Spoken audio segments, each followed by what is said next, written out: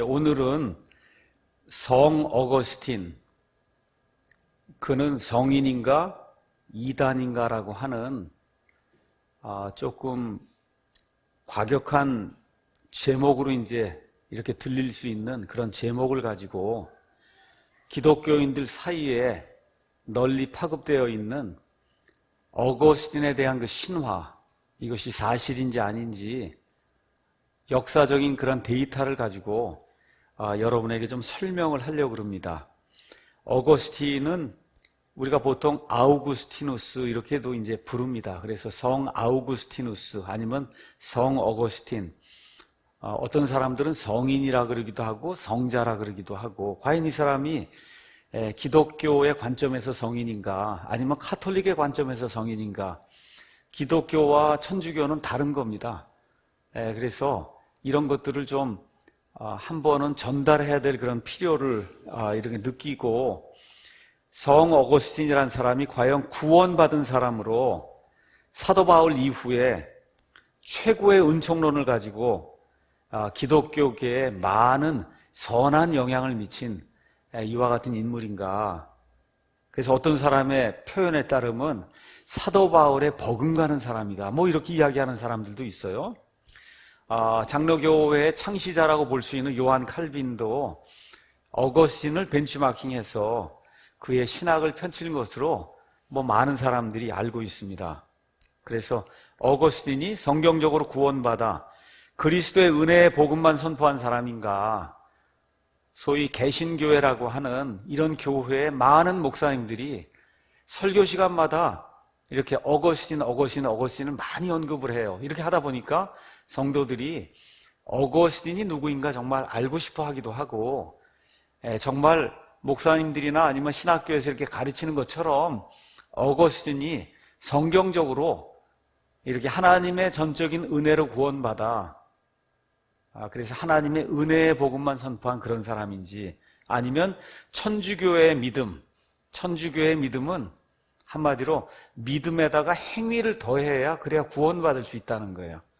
그래서 천주교회가 이걸 지지하기 위해서 성인들의 이 통공을 믿는다고 하는, 그래서 성인들의 이런 공적에 의지해서 기도하기도 하고, 마리아의 공적에 의지해서 기도하기도 하고, 또 연옥이라고 하는 걸 만들어서, 그래서 사람이 많은 이런 죄를 지으면 지옥으로 직접 가지만 조그만 죄를 지르는 이런 사람들은 연옥에 가서 불로 정화가 돼야 된다, 뭐 이런 걸 가르치는데, 과연 어거스틴이라는 사람이 이런 가르침하고 무슨 상관이 있는지. 그래서 천주교의 믿음 플러스 구원, 이 구원론의 기초를 놓은 그런 사람인가.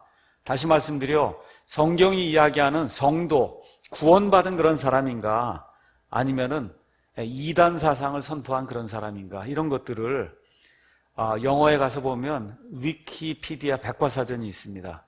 그래서 그 위키피디아 백과사전은 어떤 한 사람이 뭐에 대해서 이렇게 기록한 게 아니라 여러 사람의 여러 의견이 이렇게 들어가서 반대하는 사람, 찬성하는 사람, 이런 모든 의견이 이렇게 다 이렇게 집약이 돼서, 그래서 독자들이 만드는 그와 같은 백과사전이 위키 백과사전이에요. 그 위키피디아 백과사전, 이런 데 나와 있는 많은 사람들이 인정하는, 이렇게 자타나 많은 사람들이 인정을 하는 그의 언행을 통해서 어거스틴이 어떤 사람인가 한번 살펴보도록 그렇게 하겠습니다.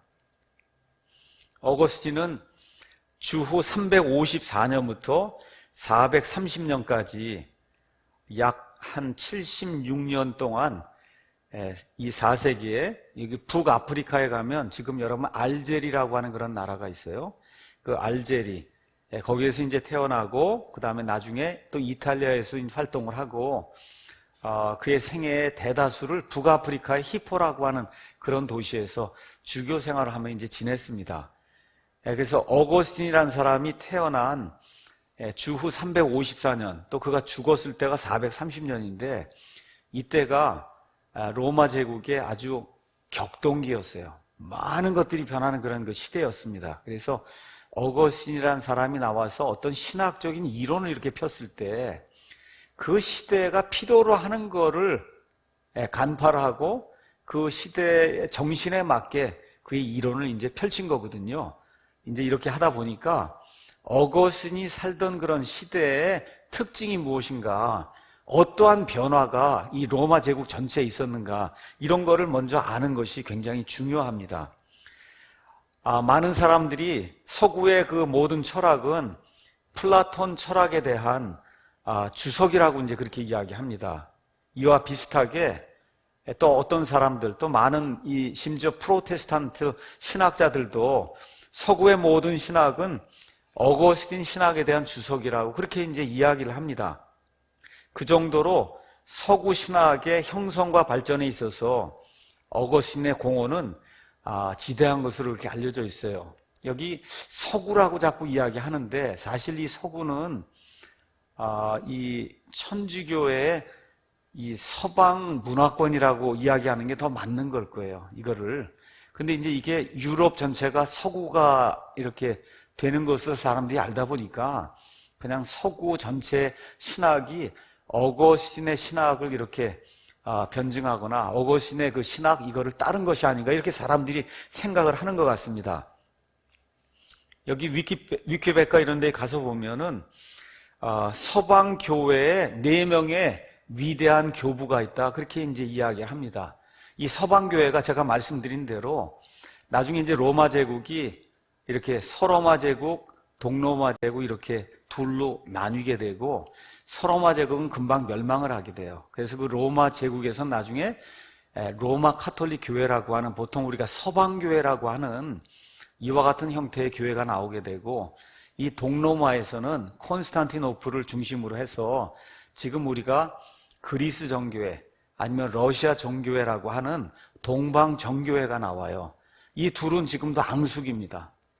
둘이 굉장히 서방교회, 그 다음에 동방교회가 앙숙으로 지냈어요.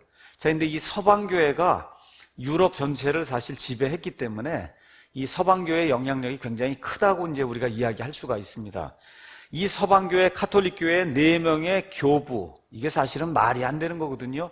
교회의 아버지라고 하는 게 이게 있을 수 없는 일이잖아요. 예수님이 내 교회를 세운다고 해서 교회가 예수님의 교회인데 그 교회에 아버지가 있다는 거예요. 교회. 그게 한두 명이 아니라 아버지들.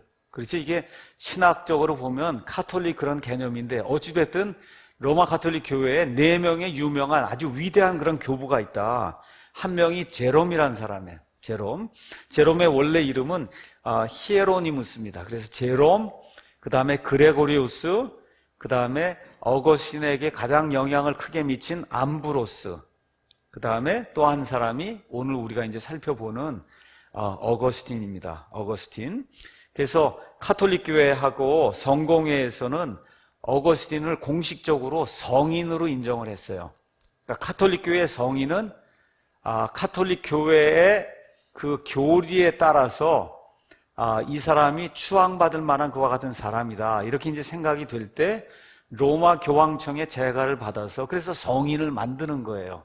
이게 카톨릭 교회 성인인데, 하여튼 카톨릭 교회하고 그 다음에 영국 성공회에서는 이 어거스틴이라는 사람이 성인의 반열에 올라갈 수 있는 사람이다, 이렇게 해서, 그래서 이름이 우리가 아까 뭐라 그랬어요? 성 어거스틴, 그렇게 얘기한 거예요. 그러니까 영어로 얘기하면 세인트 어거스틴 이렇게 된 겁니다. 세인트가 된 거예요. 세인트. 자, 이렇게 이제 되다 보면 성인이 되면 그의 축일이 있습니다. 그의 축일은 그가 사망한 8월 28일이에요. 그의 상징물은 책과 펜입니다. 그래서 이 어거스틴이라는 사람이 책을 써서 또 펜을 가지고 많은 사람에게 이제 영향을 미쳤다, 이렇게 이제 해서 책과 펜이 이 어거스틴의 상징물이고, 또 성인이 되면 많은 사람들에게 추앙을 받는 이 수호 성인이 될 수 있어요. 그래서 예를 들어 어떤 사람이 목수일을 하다가 이렇게 성인이 되면 그럼 이 사람은 목수들의 성인이 되는 거예요. 목수들의. 그래서 여기 어거스틴은 책이나 펜을 가지고 이렇게 무언가를 하고 해서 이 사람은 인쇄하는 뭐 책을 만드는 인쇄공이나 아니면 책을 만드는 사람들, 또 유명한 신학자라고 하니까 그 신학자의 수호 성인으로 이 카톨릭 교회에서 추앙을 지금 하고 있습니다. 아까 말씀드린 대로 어거스틴은 낡은 세계가 이제 무너지고 새로운 세계가 도래하던 격동의 아주 변천기에 이제 태어났습니다. 어거스틴을 또 이해하려고 하면 어거스틴 전에 존재했던 콘스탄틴이라고 하는, 우리가 이제 콘스탄틴 대제라고 이야기하는데 성경적으로 이야기하면 콘스탄틴 대음모자예요. 음모자. 자, 어찌됐든 이 콘스탄틴 황제가 죽은 이후에 로마 제국의 세력이 급격히 이제 쇠퇴하기 시작했습니다. 그래서 그가 죽은 이후에 그의 세 아들에 의해서 로마 제국이 분할 통치되다가 그의 둘째 아들의 이름이 콘스탄티우스, 이 2세에 의해서 다시 통일이 돼서 354년, 그러니까 콘스탄틴이 죽은 이후에 세 아들에게 이렇게 분배가 됐다가 이 둘째 아들에 의해서 다시 재통일이 됐어요. 361년에 그런데 이 콘스탄티우스 2세가 죽었어요. 그랬더니 그의 사촌인 유리아누스라고 하는 사람이 왕위에 올라서 2년 동안 로마 제국을 다스렸습니다. 그 뒤에 몇 명의 황제가 제국을 다스린 뒤에 395년에 테오도시우스라고 하는 그런 황제가 죽으면서 로마 제국이 동서로 갈라지게 됐어요. 동서로 이렇게 갈라지게 되면서 제국의 위력이 급격하게 이제 쇠퇴하게 됐습니다. 그래서 우리가 이 세계사 시간에 이제 배웠듯이 이교도들이 로마 제국에 침입하는 이와 같은 일들이 이제 생기기 시작했어요. 그래서 북방의 여러 이제 로마 사람들의 입장에서 보면 이교도입니다. 여러 민족이 로마 제국 영토 안으로 대량 유입이 됐어요. 이걸 우리가 보통 게르만족의 대이동이다, 이제 그렇게 해서 세계사 시간에 이제 배웠어요. 그래서 게르만족이 이동을 하기 시작을 하면서 유럽 정치 무대의 주인공이 이제 바뀌는 그와 같은 일이 생겼습니다. 그래서 훈족, 그 다음에 고트족, 프랑크족, 그 다음에 반달족 등의 연쇄적인 이동과 침입, 이런 걸로 인해서 로마 제국이 결국 세력을 잃게 되고, 소로마 제국은 476년에 마지막 황제의 이름이 아우구스투스 황제예요. 이 황제 시절에 완전히 소로마 제국이 멸망을 당했습니다. 이렇게 되면서 게르만 민족의 그 손에 정치 권력이 이제 넘어가게 됐어요. 이로써 이 어거스틴이 살던 그 시대 5세기경의 그 교회, 이 교회는 말은 교회지만 엄밀하게 이야기하면 카톨릭 교회를 이야기하는 겁니다. 이 교회는 게르만 민족의 이교 문화에 맞서면서 이 사람들을 어떻게 하든지 기독교로 개종을 시킨다. 이게 개종을 시킨다는 게 우리가 지금 이야기하는 의미의 구원받게 하는 게 아닙니다. 말 그대로 개종을 시키는 거예요. 세례를 주는 걸 통해서 크리스찬 문화 안으로 유입하는 거, 그거를 개종이라고 이제 이야기한 겁니다. 그래서 그들을 개종을 시키고 기독교적 문화를 보존 발전시켜야 되는 그와 같은 사명을 5세기에 어거스틴이 살던 그런 시대에 로마 카톨릭 교회, 그 당시에 서구 교회가 그와 같은 사명을 안고 있었어요. 바로 이러한 시대에 어거스틴이라고 하는 아주 유명한 그런 인물이 태어나게 된 거예요. 그래서 이 사람이 태어나서 한 일은 뭐냐?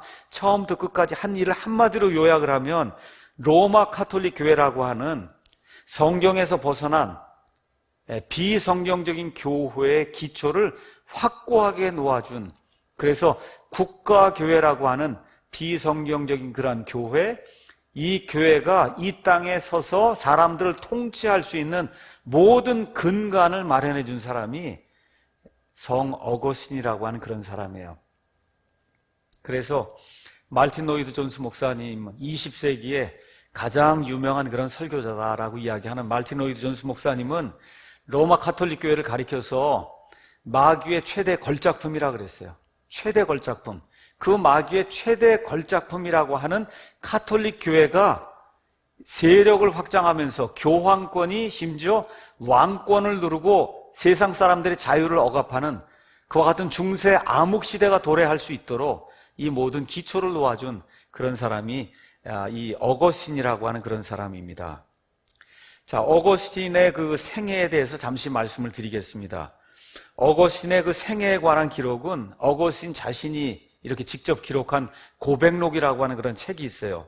또 그의 제자 포시디우스가 전기를 썼습니다. 그래서 이 두 개를 통해서 어거스틴에 대한 그 일생의 내용이 지금까지 전달이 돼서 내려오고 있어요.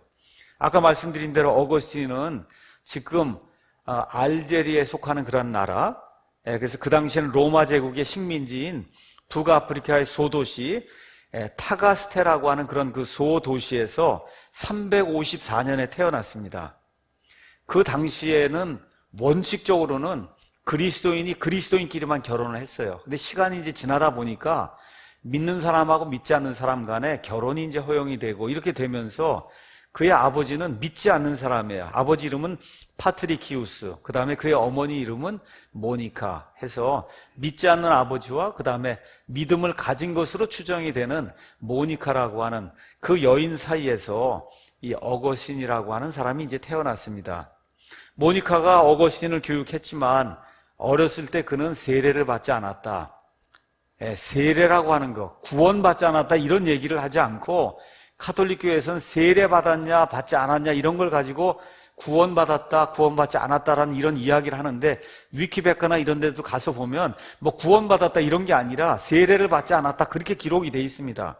그래서 어거스틴은 고향과 인근 도시 마다우라에서 초등교육을 받은 뒤에 그 당시에 이제 큰 도시 칼타고에 가서 공부를 하려고 했는데 집안 형편이 어려워졌어요. 그래서 잠시 학업을 중단했다가 370년경에 집안 사정이 이제 나아지니까 그의 아버지가 16살의 어거스틴을 카르타고로 보내서 무엇을 공부하게 했냐 하면 수사학을 공부하게 했어요. 수사학은 말 그대로 말을 잘 하도록 하는 겁니다. 웅변수를 가르치는 거예요. 그 당시에는 말을 잘해야 여기 그리스 이 폴리스 시대로부터 시작을 해서 남자는 운동을 잘하고 그 다음에 말을 잘해야 그래야 사람들이 이렇게 자기 이 뭐라 그럴까 영향권 안에 두면서 정치적인 세력이든 뭘 이렇게 획득을 해서 훌륭한 사람이 될 수 있다 이렇게 이제 생각을 했기 때문에 말을 저 사람이 뭐라고 얘기하면 나는 어떻게 이야기해야 된다 그걸 논리적으로 가르치는 거예요. 어려서부터 그렇게 가르치는 학문이 수사학입니다. 그래서 수사학을 공부하도록 이제 보냈는데 어거스틴은 아마 수사학에는 그렇게 큰 관심이 없었고 철학에 심취했다고 하는 그와 같은 기록이 이제 남아 있습니다. 모니카는 어거스틴이 자기와 같은 기독교인이 되기를 원했지만 당시 철학에 심취해 있던 이 어거스틴이라는 사람은 마니교의 이성적이고 체계적인 교리의 매력을 느껴서 마니교도로 10년을 지내며 마니교를 지지하여 실질적으로 기독교 신앙을 거부를 했습니다. 그래서 어거스틴의 이 숙명론적인 그 예정론을 이해하기 위해서는 이 마니교를 조금 이해를 해야 됩니다. 그래서 마니교를 잠깐 설명하겠습니다. 마니교는 3세기에 예언자 만이라고 한 사람이 나타났어요. 이 만이 그러니까 이만희도 있고 이거 만이도 있고 좀 그러네. 하여튼 어찌됐든 이름이 만이에요. 영어로 MANI예요. 만이. 그래서 빛의 사도로 이렇게 이제 알려진 그런 사람이 있어요.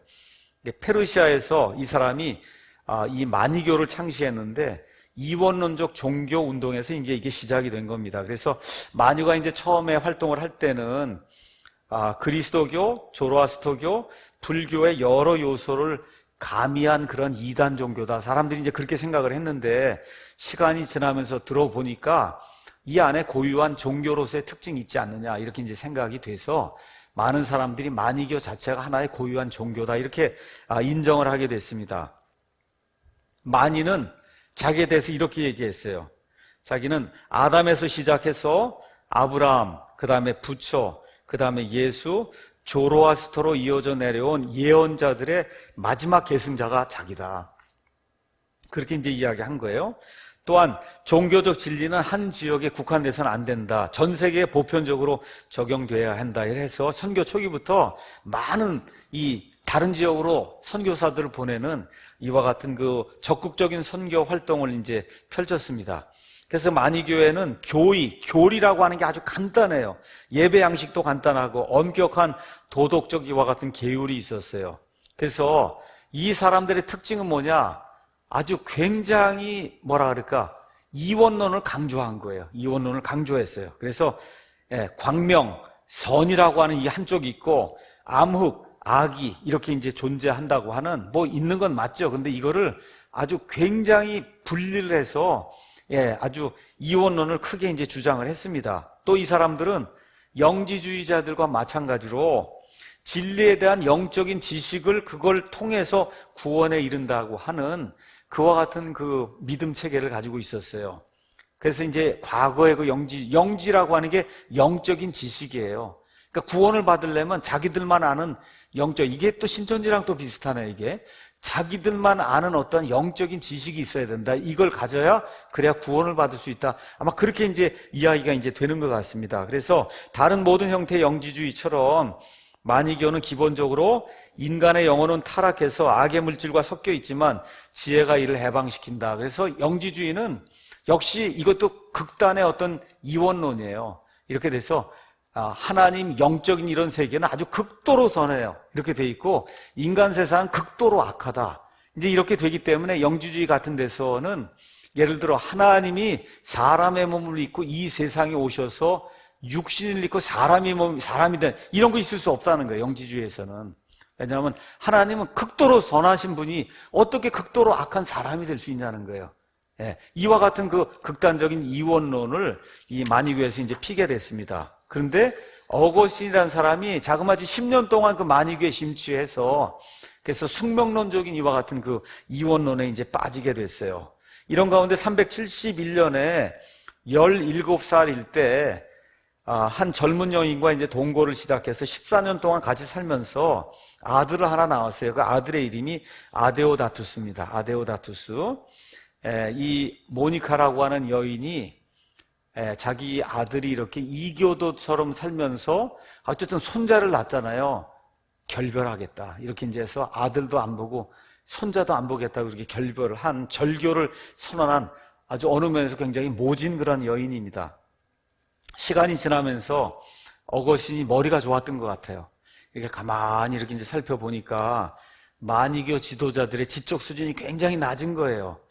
야, 이런 사람들 밑에서 내가 뭘 배운다고 하는 게 이게 말이 되는가, 이게 회의를 느끼고, 그래서 소아시아와 이집트 등에서 전래된 종교사상, 신비주의 철학 이런 걸 사변적으로 종합한 이원론적 세계관의 신플라톤주의자, 신봉자, 그러니까 마니교도 이 이원론이고 신플라톤주의도 이원론이고, 이렇게 돼서 이 어거스틴의 삶에 가장 영향을 많이 미친 게 이원론적인 사고라고 하는 거, 이게 마니교, 신플라톤주의 이런 데서 이제 나오게 됐다는 거, 이걸 저희가 그냥 기억을 하면 좋을 것 같습니다. 그래서 신플라톤주의 신봉자가 됐다가 나중에 칼타고, 로마, 밀라노 등에서 수사학과 철학을 이제 가르쳤다고 하는 그와 같은 기록이 남아 있습니다. 그렇게 하다가 그 당시에 유명한 밀라노에 암브로스라고 하는 그런 주교가 있었어요. 이 암브로스 이야기도 나중에 할 겁니다. 천주교회의 뭐랄까 아주 강력한 대변자로 나선 사람이 암브로스예요. 암브로스 주교는 어거스틴과 같이 수사학이나 철학에 능한 언변의 달인, 그 당시에 암브로스처럼 웅변을 잘하는 사람이 없다 할 정도로 이렇게 웅변을 잘한 그런 사람이에요. 그래서 어거스틴이 그의 설교를 듣고 큰 감동을 받아 그의 설교대로 따르기로 결심했지만 그럼에도 불구하고 오랫동안 마니교도 하고 신플라톤주의도 하고 이러다 보니까 내적인 그와 같은 갈등을 겪다가 결국 386년 여름 부활주일에 다시 암브로스에게 세례를 받았다, 그렇게 기록이 되어 있어요. 여러분, 구원받은 게 아니라 세례를 받았다. 이게 천주교의 그 세례중생 교리를 이야기하는 거거든요. 애가 태어나면 당장 가져다가 물 뿌리고 그리고 유아세례 주고 하늘나라에 이 아이의 이름이 기록되었다, 이런 거 이야기하는 게 이게 세례중생인데, 어찌됐든 여기 위키피디아 이런 백과나 이런 데 가서 보면 어거스틴이 구원받았다는 이야기는 없어요. 세례받았다는 이야기가 이제 그 안에 나와 있습니다. 이 당시뿐만 아니라 지금도 카톨릭 교회와 여러 개신교회에서는 사람이 세례를 받으면 구원받는 것을 이렇게 가르쳐 이거를 세례중생 교리 이렇게 이야기하는데, 이것은 한마디로 세례가 곧 구원이라고 생각하던 그 당시의 그 풍습을 그대로 이제 이어받은 겁니다. 그래서 어거스틴은 그 이후에 낙향에서 북아프리카로 돌아와 수도 생활을 시작을 했어요. 근데 그가 고향에 돌아오기 전에 그의 어머니와 아들이 세상을 떠납니다. 하여튼 이런 상태에 어머니 얼굴도 보지 못하고 아들도 보지 못하고 고향에 돌아온 그는 동료들과 스스로 수도회를 설립하는 등 수도사 생활에 이제 전념하게 됐어요. 또 얼마 시간이 지났습니다. 391년에 북아프리카에 히포라고 하는 그런 도시가 있습니다. 히포도 그 이름이 HIPPO예요. 여러분, HIPPO가 뭐예요? 히포, 하마란 말이에요. 여러분 가서 영어로 이게 찾으시면 처음에 가서 히포를 찾으면 하마가 떠요.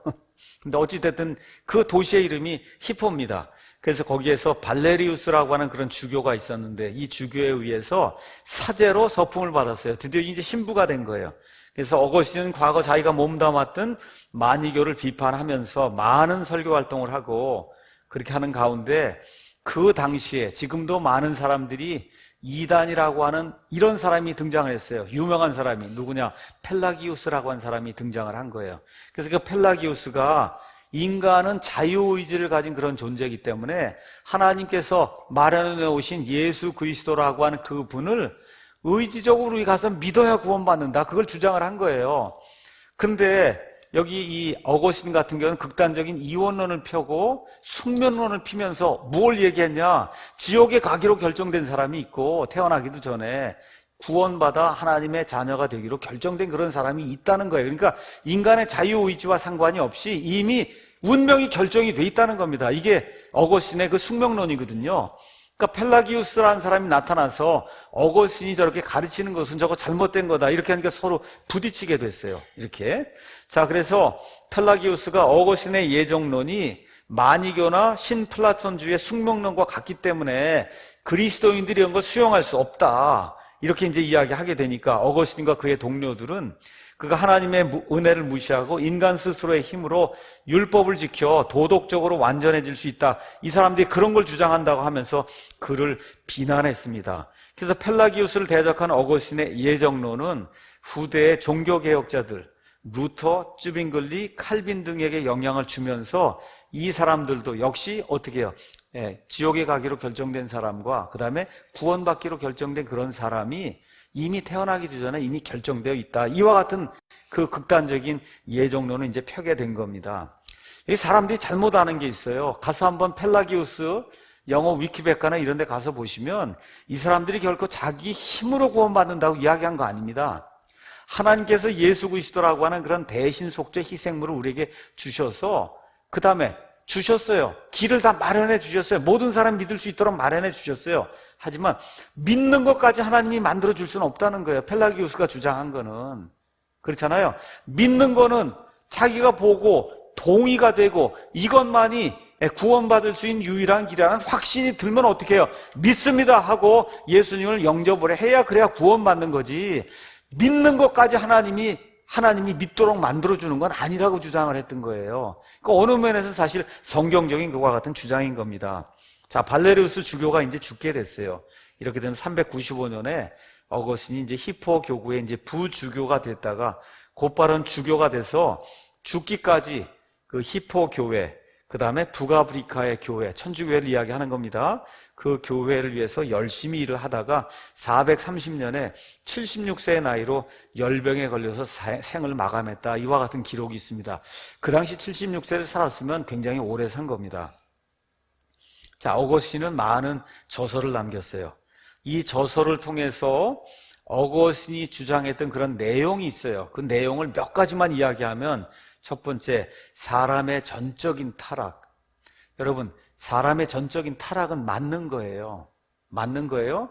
그런데 이 전적인 타락을 사람의 전적인 무능으로 바꾸면 안 되는 거예요. 여러분, 사람이 전적으로 타락했어요. 자기 힘으로 아무것도 이렇게 구원받을 수 있는 요소가 그 안에 없어요. 근데 이거를 잘못 해석을 하는 거예요. 전적으로 타락했기 때문에 하나님의 복음의 말씀이 이렇게 주어질 때 yes, no 하고 믿고 안 믿고도 할 수 없다는 거예요. 그걸 그렇게 해석을 하는 거예요. 이 어거스틴이 그렇게 사상을 만들어 놓은 거예요. 자, 이렇게 하다 보니까 어떻게 사람이 구원받을 수가 있냐? 하나님이 구원받을 수 있도록 은혜를 베풀어 줘야 된다는 거예요. 그러니까 구원받도록 예정이 된 사람들에게는 사람이 거부할 수 없는 그런 은혜가 주어진다는 거예요. 그래서 어떻게 해요? 하나님이 다시 살려놓는다는 거예요. 하나님이 다시 살려놓습니다. 그럼 어떻게 해요? 믿을 수밖에 없죠. 하나님 다시 살려놨는데 이거를 믿도록 만들기 위해서 하나님이 강압적인 그런 그 은혜, 불가항력적인 은혜를 베풀어 놓으니까, 그렇죠. 이러니까 다시 살아나면 그때 가서 믿습니다 하고 믿을 수 있다는 거예요. 이와 같은 거를 가르친 겁니다. 이 어거스틴이라고 한 사람이. 그에 의하면 죄인은 하나님의 값없는 은혜에 전적으로 의존하는 존재이며, 따라서 이 은혜는 불가항력적이요 필수 불가결한 거다. 잘 들으셔야 됩니다. 이거 틀린 얘기 아니에요. 앞부분에 하나님의 은혜에 전적으로 우리가 존재해야 되는 거 틀린 얘기가 아니에요. 근데 이 은혜가 누구에게만 임하냐? 구원받도록 정해진 사람에게만 임하는 거예요. 그것도 내가 원하든 원치 않든 하나님이 그냥 은혜 받아라 하고 은혜를 부어주면 불가항력이에요. 이건 받아야 되는 거예요. 이거를 받으면 어떻게 돼요? 중생이 되는 거예요. 다시 태어나면 그때는 하나님의 말씀을 믿습니다 하고 고백할 수 있는 이런 사람이 된다는 거예요. 그러니까 우리가 이야기하는 은혜하고 다른 거예요. 우리가 이야기하는 은혜는 전세상 모든 사람의 죄를 우리 예수님이 지시고 단번에 영원 무궁토록, 그렇죠? 영원 무궁토록 이 죄들을 제거하셨어요. 단번에. 그래서 결론이 뭐예요? 누구든지 그 예수님의 그 은혜의 복음을 받아들이면 그러면 어떻게 해요? 누구든지 구원받을 수 있다는 그런 의미의 은혜를 이야기하는 거예요. 그러니까 같은 은혜라고, 여러분, 은혜라고 하는 말이 나온다 해서 같은 게 아니다. 천주교에서 이야기하는, 이 어거스틴이 이야기하는 불가항력적인 은혜하고 성경이 이야기하는 너희가 은혜로 믿음을 통해 구원을 받았네, 이렇게 나오는 그 은혜하고는 실제 안으로 들어가서 보면 단어는 같지만 그 내용이 다른 거예요. 그는 이런 사상을 확립하고 이용해서 인간의 자유를 말살하고, 인간의 자유를 말살하면서 무엇을 만들어줬냐? 신정국가 체제를 만들어준 거야. 신정국가. 그러니까 왜 이런 일이 필요하냐? 국가교회를 해야 돼요. 그래서 국가교회 수장이 누구냐? 교황이에요. 교황과 교회의 말을 들어야만 하나님의 불가항력적인 은혜가 임할 수 있는 거예요. 그 임해 어떻게 해? 다시 태어나야. 그래 어떻게 해요? 이 하나님의 이 예정에 따라서 천국에 들어갈 수 있다고 하는 이와 같은 거, 다시 말씀드려 국가 교회의 종속이 될 수밖에 없는 그런 인간, 또 교회의 권위에 충성해야만 되는 로봇 같은 형태의 그런 인간이 돼야만 구원받을 수 있다고 하는 그와 같은 그 형태의 국가교회 체제를, 국가교회 체제의 기초를 놓아준 사람이 바로 어거스틴이다. 그래서 어거스틴의 그 신학 체계에 따르면 로봇처럼 아무것도 할 수 없는 인간, 이 인간이 구원을 받으려면 다시 말씀드려요, 하나님의 불가항력적인 은혜가 그냥 강권적으로 임해야 되는 거예요. 원치 않아도 임해야 되는 거예요. 그럼 반대로 생각을 해봐요. 어떤 사람은 지옥 가기로 예정이 돼 있어요. 하나님의 말씀을 봤습니다. 들었습니다. 읽어보니까 예수님이 내 구원자예요. 확실해요. 믿으려고 하는데 믿을 수가 없는 거예요, 이 사람은. 그렇죠? 이와 같은 일을 만들어 놓은 그와 같은 그 장본인이 바로 어거스틴이라는 사람이에요. 그래서 이 어거스틴의 예정론에 따라 구원받으려면 그러면 하나님의 불가항력적인 은혜로 다시 태어나야 됩니다. 다시. 그걸 중생이라고 얘기하는 거예요. 우리가 이야기하는 중생은 예수님을 믿고 구원받는 게 그게 중생인데, 이 사람들은 그걸 두 개로 나눴어요. 하나님이 다시 살려놓는 중생이 있고, 그 다음에 우리가 믿는 거다. 그래서 그 다음에 믿어야 우리가 구원이 이루어진다는 거예요. 이와 같은 그 두 개의 형태로 이 중생과 구원, 이런 것들을 나눠놓은, 이렇게 나눠놓음으로 말미암아 그 당시 살던 인간이 국가교회라고 하는 그 교회의 하나의 로봇처럼 들어가서 완전히 종속이 될 수밖에 없는 이와 같은 시스템을 만들어 놓은 장본인이 어거스틴이에요. 그래서 구원과 관련된 모든 일은 오직 교회와 그 다음에 교회의 제사장, 그 제사장이 신부입니다. 신부들이 베푸는 성사를 통해서만 가능한 이런 시스템을 만들어 놓은 사람이 어거스틴입니다. 그러니까 이렇게 하려니까 어떻게 해야 되냐? 국가나 국가교회가 하라는 대로 해야 구원받는 거예요. 그럼 어떻게 해야 되느냐? 7개 성사를 해야만 구원받는다는 거. 천주교에서 이야기하는 7가지 성사. 거기는 어떤 성사가 있어요? 유아세례, 견진성사, 고해성사, 성체성사, 신품성사, 혼인성사, 종부성사, 이와 같은 성사, 세크라멘트를 계속해서 해야만 구원받을 수 있고 그 다음에 구원이 유지가 된다고 하는 이와 같은 시스템을 확립해 놓은 사람이 바로 성 어거스틴이라는 사람이다. 이건 제가 이야기하는 게 아니라 위키백과나 어디 가면 다 똑같이 그렇게 나와 있어요. 자, 그래서 이런 국가교회에 예속된 인간은 태어나면서부터 죽을 때까지 오직 교회를 통해서만 하나님께 나갈 수 있는 거예요. 교회가 하라는 걸 통해서만 하나님께 갈 수가 있는 거예요.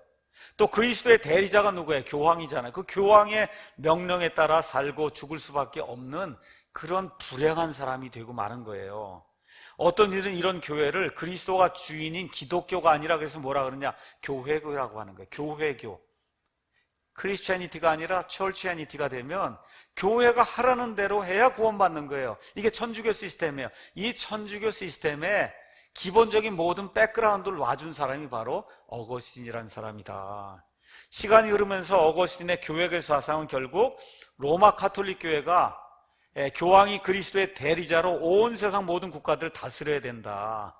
이와 같은 그 지침, 이와 같은 그 배경을 이제 마련해 주게 됐고, 그래서 중세에 예수님의 자유교회를 억누른 무기로 이용이 되다가 결국 1200년이 흐른 뒤에 종교개혁자들이 나타났지만 종교개혁자들은 한결같이 뭘 추구했어요? 국가교회, 신정정치를 추구하게 된 거예요. 어거스틴의 이와 같은 이 사상을 근거로 해서 이 사람들이 종교개혁을 했기 때문에, 그러니까 저와 여러분은 이해가 안 될 거예요. 어떻게 국가가 넌 요것만 믿어라 그러고 넌 요거라면 믿어라, 이런 거 우리가 상상이 안 되잖아요. 근데 지금부터 500년 전, 600년 전, 지금부터 심지어 지금 여러분 이슬람 국가에 가서 보세요. 딴 거 믿을 수 없잖아요.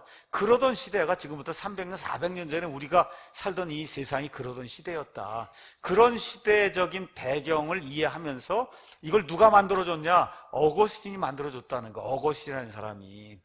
그래서 어거스틴의 삶과 저서들을 제대로 이해하려면 우리가 로마 제국, 그 다음에 기독교, 그 다음에 어거스틴이 태어나기 얼마 전에 기독교를 공인한 것으로 알려진 콘스탄틴 황제, 콘스탄틴 황제에 대해서 좀 알아봐야 돼요. 그래서 로마와 기독교를 제가 여러분에게 잠깐 말씀드리겠습니다. 예수님이 어느 시대에 태어나셨냐? 로마 제국 시대에 태어나셨어요. 그렇죠?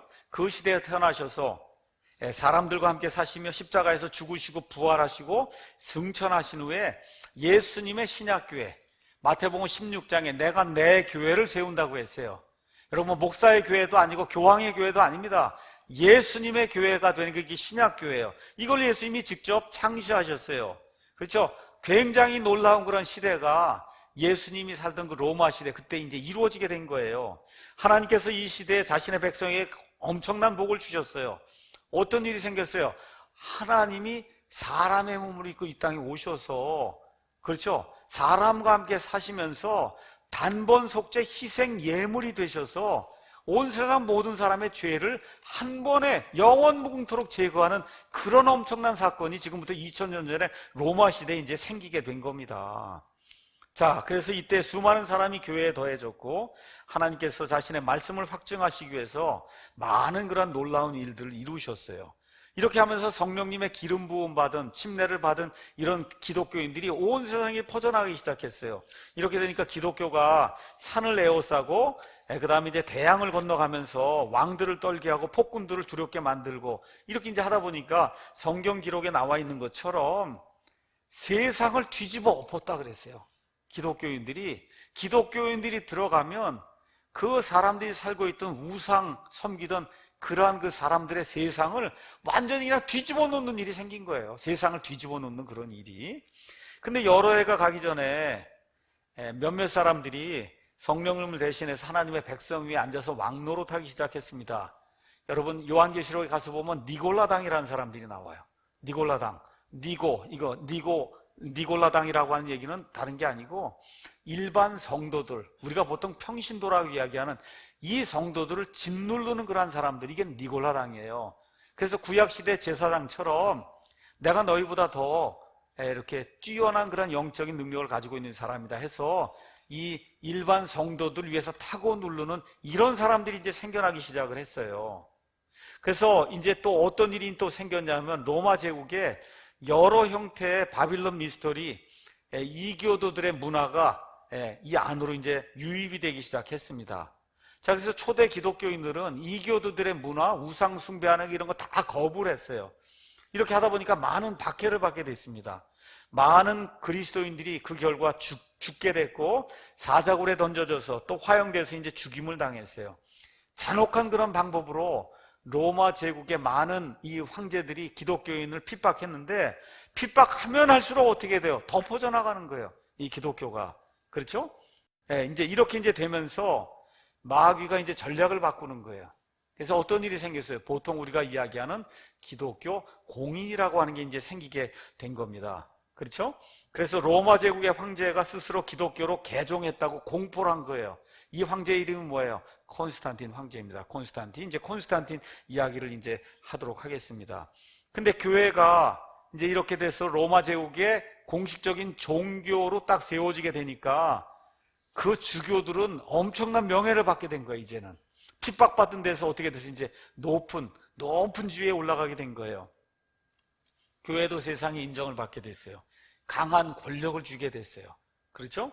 근데 교회가 이러한 모든 것을 얻기 위해서 비싼 값을 치러야 됐어요. 그 비싼 값이 뭐냐? 이교도들의 문화를 교회 안에 그대로 수용해야만 하는 이와 같은 일이 로마 교회 안에 이제 생기게 된 겁니다. 그래서 교회는 세상으로부터 이렇게 분리가 된 거룩한 사람들의 모임이 아니라 더 이상 세상 제도의 한 부분이 되고 만 거예요. 이게 기독교 공인이라는 걸 통해서 이교도들의 모든 문화가 다 쏟아져 들어오니까. 그렇죠? 이렇게 되면서 어떤 일이 생겼냐? 황제가 교회의 가장 높은 위치를 차지한 사람이 바로 나라고 얘기한 거, 황제가. 여러분, 황제가 예수님을 믿지도 않는데 이 황제가 교회의 최고 수장이 되는 이런 일이 생기게 된 거예요. 이게 로마 가톨릭 교회의 시초가 이제 되는 겁니다. 자, 이렇게 되면서 황제가 호의를 보이면서 교회에서 가장 큰 지도력을 발휘하기 시작했어요.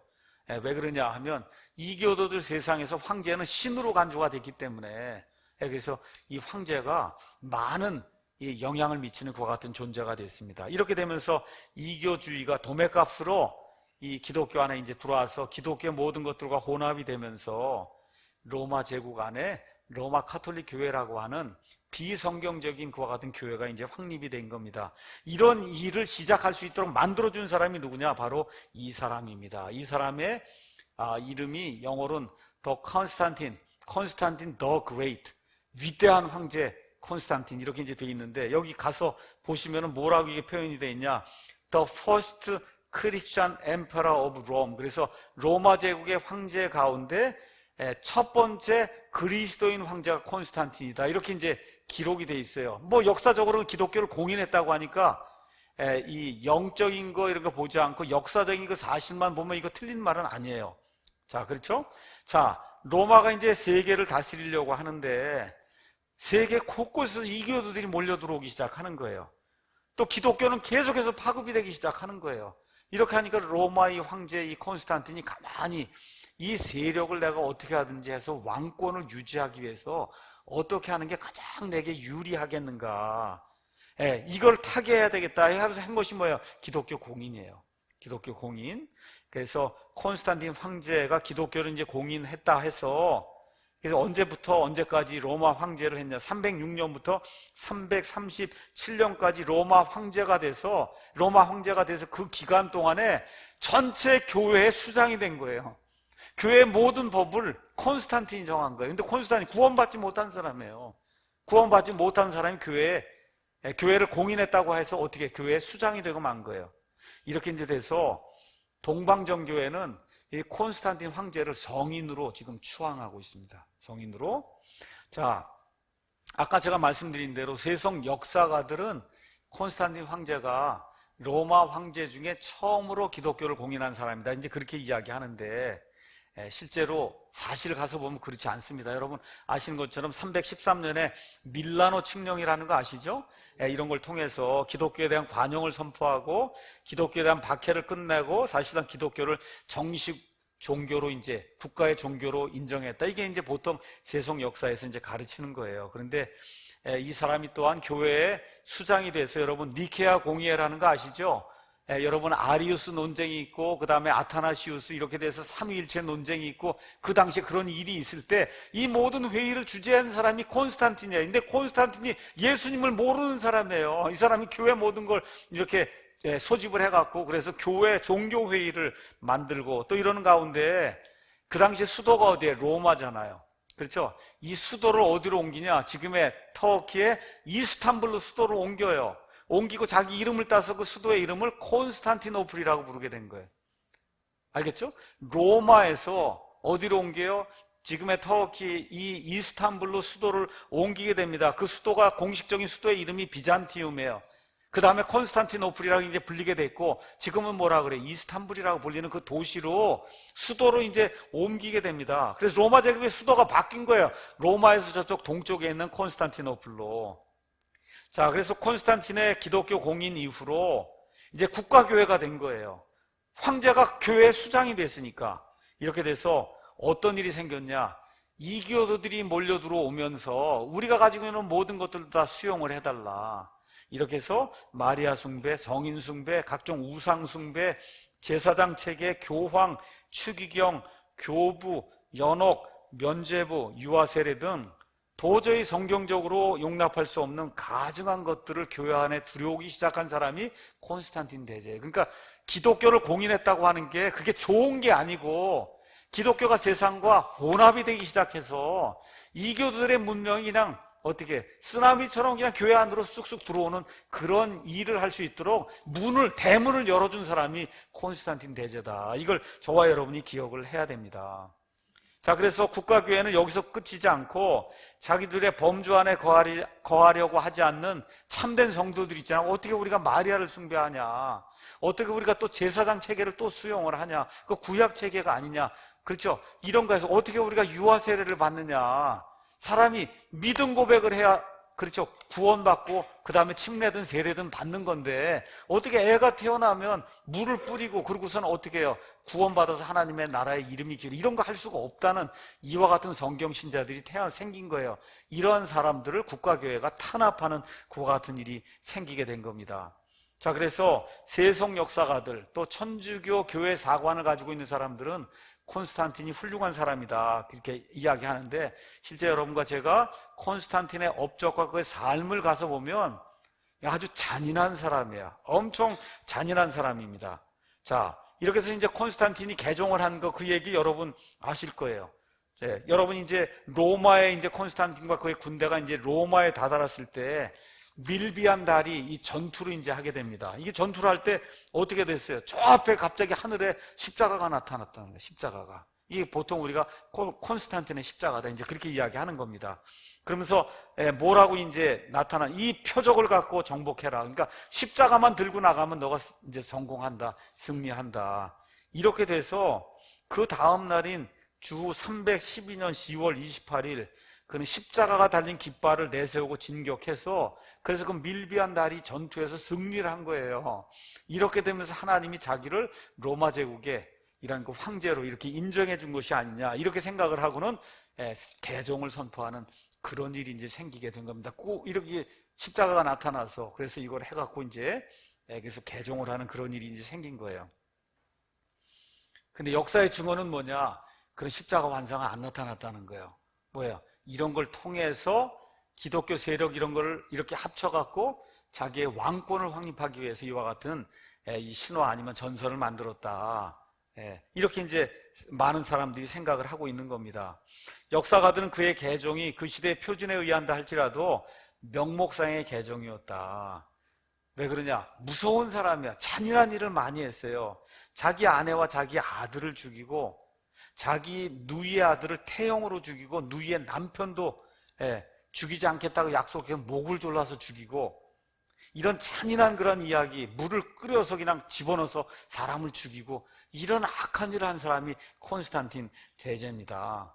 그래서 콘스탄틴은 그리스도인들에게 많은 호의를 베풀고 십자가 처형을 폐지하고 로마에서 그토록 잔인하게 하던 박해도 이제 중지했어요. 자, 그런데 이게 왜 그러느냐? 역사가들이 한결같이 증언하는 게 있어요. 정치적인 야망을 이루기 위해서 쇼를 했다는 거예요. 그래서 여러분, 유명한 역사가가 있어요. 두란트라고 하는 아주 유명한 역사가, 한번 뭐 네이버든 어디 가서 두란트 한번 쳐보세요. 유명한 그 역사가가 콘스탄틴에 대해서 이렇게 기록을 했습니다. 콘스탄틴의 회심은 정치적인 지혜의 극치였을 가능성이 높다.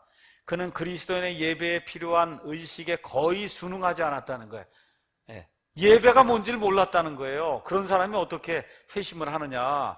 그가 기독교 주교들에게 보낸 편지를 보면 비록 그가 제국의 단합을 위해 종교적 불일치 의사를 표명한 자를 억압하긴 했지만 사실 그 당시 기독교계를 동요시켰던 신학적인 차이점들에 대해서는 전혀 관심이 없었다는 거예요. 이렇게 아리우스 논쟁에 대해 삼위일체 논쟁 이런 거에 관심이 없었다는 거예요. 종교 외에는 주제를 했어도. 그는 자신의 통치 기간 중 주교들을 자신의 정치 조력자로 이제 취급을 했고, 주교들을 소집해서 공회를 주재하고 무엇이든지 대다수가 일치하는 의견을 따르도록 그렇게 강요를 했다는 거예요. 그래서 참된 신자란 먼저 그리스도인이 되고 그 후에 정치가가 돼야 되는데, 콘스탄틴의 경우는 그 반대였다는 거예요. 그래서 두란트가 무엇라고 결론을 내리냐, 기독교는 그에게 하나의 수단이었지 목적이 아니었다, 이렇게 이제 결론을 내립니다. 자, 이렇게 이제 되면서 이 콘스탄틴이, 여러분, 그 당시에 구원받는다 그러면 세례를 받아야 되잖아요. 콘스탄틴이 개종을 하고 세례를 안 받는 거예요. 콘스탄틴이 언제 세례를 받았냐? 죽기 바로 전에 세례를 받았어요. 죽기 바로 전에. 왜 그러냐? 이 사람이 세례받고 나서 죄를 지으면 내가 구원을 잃어버린다고 생각을 해서 죽기 바로 전에 이제 세례를 받으면 그럼 죄를 내가 더 이상 안 지을 거다, 이렇게 생각을 하고 죽기 바로 전에 세례를 받은 거예요. 여러분, 세례받아서 구원 못 받습니다. 이게 이 콘스탄틴이 가지고 있는, 아니면 로마 카톨릭적인 그 당시의 구원관이라는 거예요. 여러분 이해하시겠죠? 그 당시의 구원관이 그랬다는 거.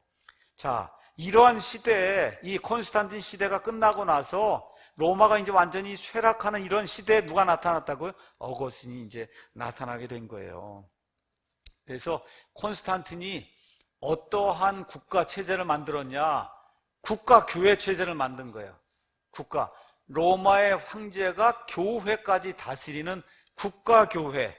이거 다른 식으로 얘기하면 신정정치를 만든 겁니다, 여러분. 신정정치. 신정정치. 신정정치란 신성한 주권을 갖는 신이 임명한 대리자에 의한 정치.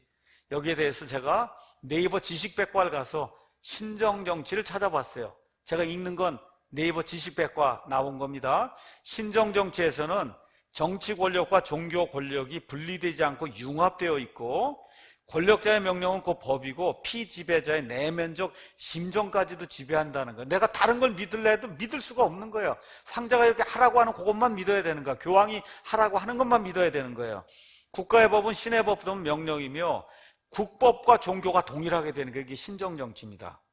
이러한 정교일치의 동시몬적 권력 지배는 이스라엘 민족 안에서 모세가 건설한 신정국가의 정치가 가장 전형적이다. 그러니까 구약시대에 모세의 율법하에서는 신정정치였어요. 그렇기 때문에 거기 모세의 율법대로 따르지 않으면 어떻게 사형을 시키는 거예요. 그렇죠? 그 율법대로 따르지 않으면 추방을 시키는 거예요. 이게 구약시대의 신정정치였어요. 그러면서 이 네이버 백과사전이 뭐라고 얘기하느냐, 신정정치는 고대 오리엔트, 이슬람 세계, 인도, 중국, 일본 그리고 유럽에서 각 문화의 원형과 관계하여 독자적 형태를 보인다. 여러분, 옛날에 조선시대 같으면 뭐만 믿어야 돼? 유교해야 되는 거예요. 그전에는 불교해야 되는 거, 다른 거 믿으면 안 되는 겁니다. 그렇죠? 그래서 여기 뭐라고 썼냐, 신정정치의 근대의 전형으로서는 요한 칼빈의 제네바 지배를 들 수 있다는 거예요. 여러분, 제 얘기가 아닙니다. 요한 칼빈이 제네바에서 통치하려고 만든 그 체제가 신정정치라는 거예요. 구약시대 신정정치. 이게 장로교 여기 이와 같은 그 근본이고, 이게 어디서 나왔냐 하면 어거스틴에게서 나왔다는 거예요. 어거스틴에게서. 그래서 이런 일을 콘스탄틴이라고 하는 사람은 국가가 교회를 지배해야 된다고 생각을 했고, 어거스틴은 교회가 국가를 지배해야 한다는 생각한 거예요. 그러니까 두 개가 같은데, 콘스탄틴은 황제가 교회를 지배하는 신정정치를 이야기한 거고, 어거스틴은 교회의 교황이 황제까지 지배하는 이와 같은 세상을 만들어야 된다. 내용은 똑같은 겁니다. 신정정치를 주장했던 거예요. 그래서 콘스탄틴과 그 이후의 황제들은 제국을 다스리기 위해 신정정치를 구현하려고 했고, 이를 위해서 이론이 있어야 될 겁니다. 이론. 그렇죠? 성경에 나오는 뭔가를 가지고 이론이 백그라운드를 줘야 되니, 이 백그라운드를 준 사람이 어거스틴이에요. 어거스틴. 그래서 그 이후로 지난 한 1000년 이상, 1500년 이상 로마 카톨릭 교회 세계 정치 지배하려고 하는 이런 모든 시스템의 원동력이 되고 배경이 된 게 이 어거스틴의 이와 같은 신정정치 이론이라고 하는 거, 이걸 저와 여러분이 기억을 해야 됩니다. 그래서 어거스틴의 국가교회, 이 사상이 1000년 이상 중세 이 유럽을 이제 지배를 했고, 1517년에 루터가 종교개혁했어요. 그리고 뭘 만들었어요? 루터교회라고 하는 국가교회를 만들었어요. 독일은 뭐만 해야 되냐? 루터교회만 해야 되는 거예요. 독일은. 그렇죠? 그 이후에 제네바이와 같은 그 장로교 이런 통치체제가 이 개혁교회라는 게 생겨나요. 국가교회예요. 제네바에서는 다른 거 하면 안 돼요. 오직 그것만 해야 되는 거예요. 스코틀랜드에서는 장로교만 해야 되는 거예요. 그 이후에 영국에는 뭐만 해야 돼요? 성공회만 해야 되는 거예요. 이런 방식으로 사람의 자유를 억압하는 이와 같은 신정정치 체제를 만들어준 사람이 누구냐? 어거스틴이다. 어거스틴. 자, 그래서 선진국들의 정교관계라는 이런 글을 이범성 교수라고 하는 분이 이제 썼어요. 거기서 이분이 이렇게 이야기했어요. 종교개혁을 맞으면서 로마 카톨릭 교권에 대한 민족 국가들의 반대는 정교 분리가 아니라 정교 일치의 새로운 형태. 그러니까 종교 개혁을 했는데, 종교 개혁을 하면 정교를 분리를 해야 되는데 분리한 게 아니라 오히려 정교 일치를 했다는 거예요. 칼빈이든 루터든 쯔빙글리든. 그것은 교황과 황제의 제국적 정교 일치를 개신교 주교들과 왕 혹은 성주들의 정교 일치로 전환한 모양에 불과했다. 여전히 더욱 밀접하게 교회는 국가의 보호를 필요했고 국가는 교회의 인정을 필요로 했다. 그러니까 국가는 교회에게 인정을 받아야 되고, 그래서 또 교회는 국가의 보호를 받아야 돼요. 그러니까 서로 상부상조할 수밖에 없는 그와 같은 체제가 종교개혁에서도 일어났다는 거예요. 그래서 루터는 독일에서 정부의 권력에 종교적 정당성을 부여하며 정부와 교회의 선한 역할 분담론을 선전했고, 칼빈은 스위스에서 교회의 적극적인 정부 활동을 장려했다. 한편 헨리 8세의 수장령을 통한 영국 국교회의 탄생은 로마 교황청 대신에 정부와 더욱 밀착된 정교일치. 그러니까 영국에는 로마의 교황이 교회의 수장이 아니라 누가 수장이 된 거예요? 영국의 왕이 수장이 된 거예요. 교회를 다스리는. 그러니까 정치도 왕이 하고 교회도 왕이 다스리는, 말 그대로 신정정치가 이 성공의 정치가 이제 된 겁니다. 그래서 종교개혁은 정교 분리라는 측면에서 볼 때 새로운 형태의 정교 유착에 불과하다. 이렇게 이범성 교수가 올바르게 이제 진단을 했던 거예요. 그래서 콘스탄틴과 어거스틴을 거치면서 신정정치 모델이 이제 확립됐고, 그래서 루터의 종교개혁이 이루어질 때까지 유럽에 있는 모든 국가는 오직 카톨릭 교회, 그것만 국가가 지정한 교회예요. 그걸 하지 않으면 그럼 어떻게, 무덤에도 못 가는 거예요. 시집 장가도 못 가요. 뭐 천주교 신부가 와서 뭐 이게 결혼 예식도 해줘야 되고 땅도 나눠줘야 되고 뭐 이렇게 뭐 다 해야 되는데, 그 교회에 속하지 않으면 아무것도 안 되는 이와 같은 시스템이 그날 한 1500년 이상이 이제 지속이 된 거예요. 그렇죠? 그래서 천주교회 외에 다른 모든 건 다 이단으로 정죄를 받게 됐어요. 반면에 이제 천주교는 서방교회고 동방교회 아시죠? 동방교회 역시 뭐가 돼요? 국가교회가 되고 만 거예요. 루터의 종교개혁 이후에 생긴 루터교는 어디에 국가교회가 됐냐? 독일하고 스칸디나비아 3국 아시죠? 거기 교회는 오직 루터교만 해야 되는 거예요. 칼빈의 장로교는 낙스에 의해 스코틀랜드의 장로교회가 이제 돼서 국가교회가 됐고, 헨리 8세가 세운 영국의 이 국교회 성공회는 잉글랜드의 국가교회가 된 거예요. 그러니까 저와 여러분이 생각하던 이와 같은 자유라고 하는 거, 이거는 찾아볼 수 없었어요. 지금부터 500년 전에는. 21세기에 양심과 신앙의 자유가 허락되는 국가에 사는 우리로서는 국가교회에서 양심과 신앙의 자유를 박탈당한 채 국가가 지정해주는 국가교회만 다녀야 된다는 게 얼마나 힘든 고통이었는가 지금 저와 여러분 이해를 못해요. 여러분 이슬람을 우리 국가에서 지정해 거길 다닌다고 한번 생각해봐요. 얼마나 힘들 건가. 그렇죠? 그러한 시대가 얼마 전까지 있었고, 지금도 카톨릭 교회, 이슬람 이런 교회는 다 국가교회입니다. 지금 이 시간에도. 그래서 1000년 이상 지속된 중세 암흑 시대에 양심의 자유를 찾기 위해 목숨을 버리면서까지 성경대로 살고자 애를 쓴 무리들이 있어서 이 사람들이 결국 미국으로 넘어가고, 이 사람들의 후예들이 미국의 자유민주주의 헌법을 만들었어요. 그래서 양심과 신앙의 자유가 모든 사람에게 주어져서 무슨 종교를 갖든지, 심지어 하나님을 믿지 않겠습니다, 나는 지옥 가겠습니다 해도 오케이. 그것은 인간의 자유의지니까. 그렇죠? 이거를 인정해주는 그와 같은 국가 헌법이 나온 지가 이제 300년도 안 된 거예요, 여러분. 저와 여러분 너무 당연하게 여기지만 미국의 그와 같은 헌법이 생기기 전에 모든 국가는 다 신정 정치하는 그런 국가였다. 얼마나 좋은 시대에 저와 여러분이 살고 있는지 하나님께 감사드려야 됩니다.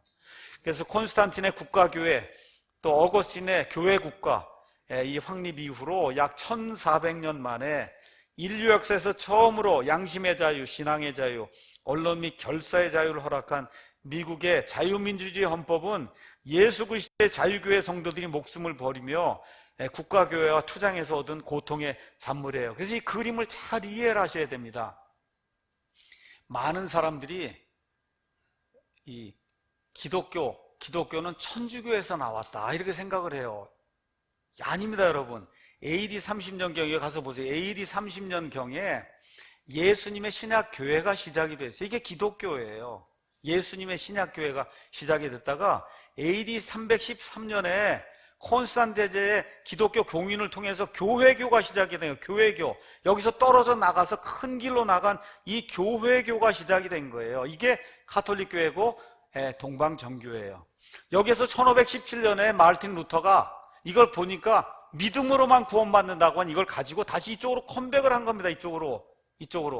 그럼 이쪽 처음부터 끝까지 이 길, 좁은 길로 걸어가는 사람들이 있었죠? 그렇죠?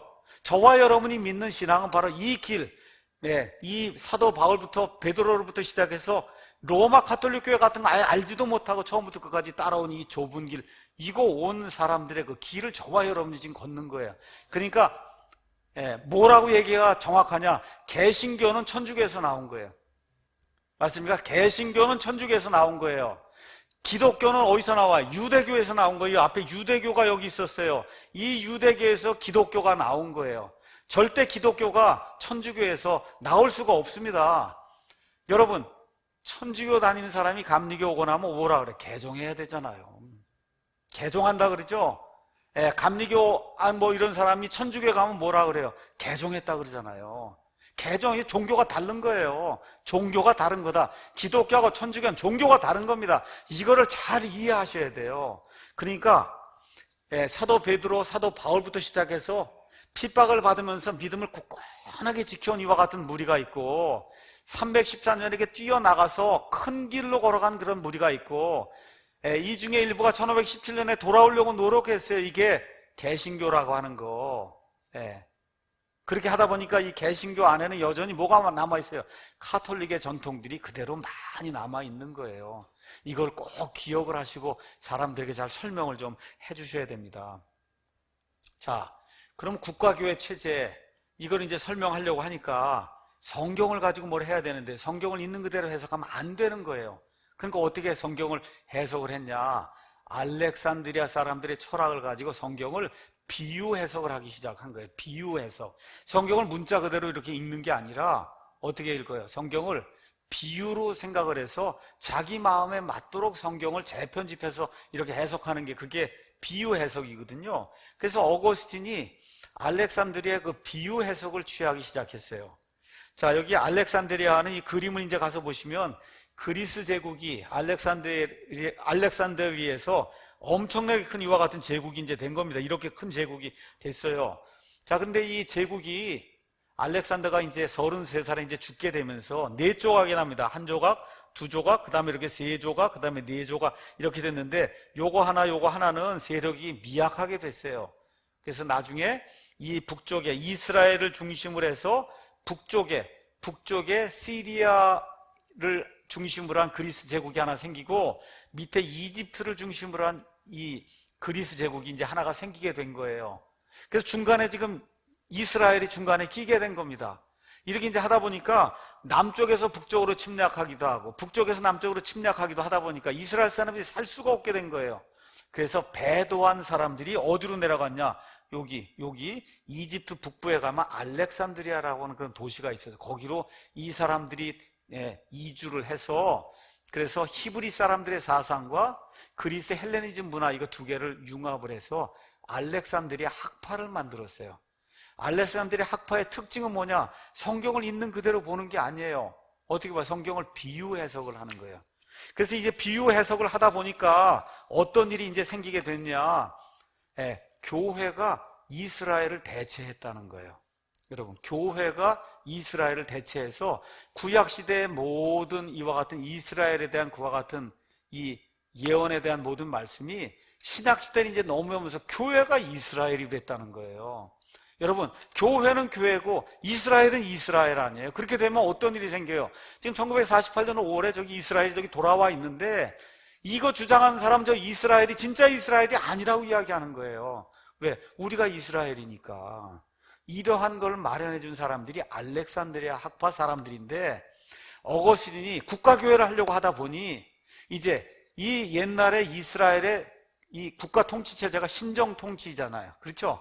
그럼 이거를 지금 하려고 하니까 어떻게 지금 교회가 옛날에 그 이스라엘처럼 장로들 이런 걸 형성을 해갖고 어떻게 해요? 신정 정치를 해야 될 이런 명분을 만들어줘야 된단 말이에요. 근데 이거 읽으니까 아니란 말이에요, 이게. 그러니까 어떻게 해요? 비유적으로 해석해야 된다.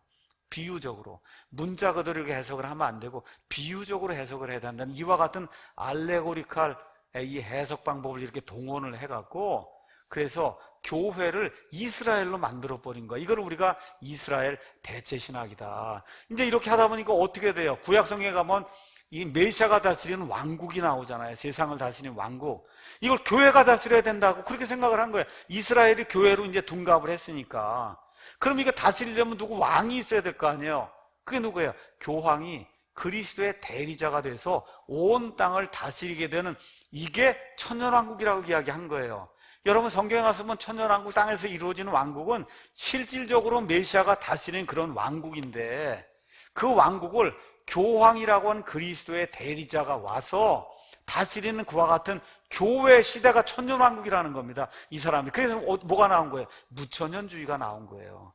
그러니까 카톨릭 교회나 카톨릭 교회에서 나온 그런 많은 교회들이 무천년주의를 하는데 그 무천년주의는 어디서 나왔냐? 출발이 누구냐? 어거스틴이에요.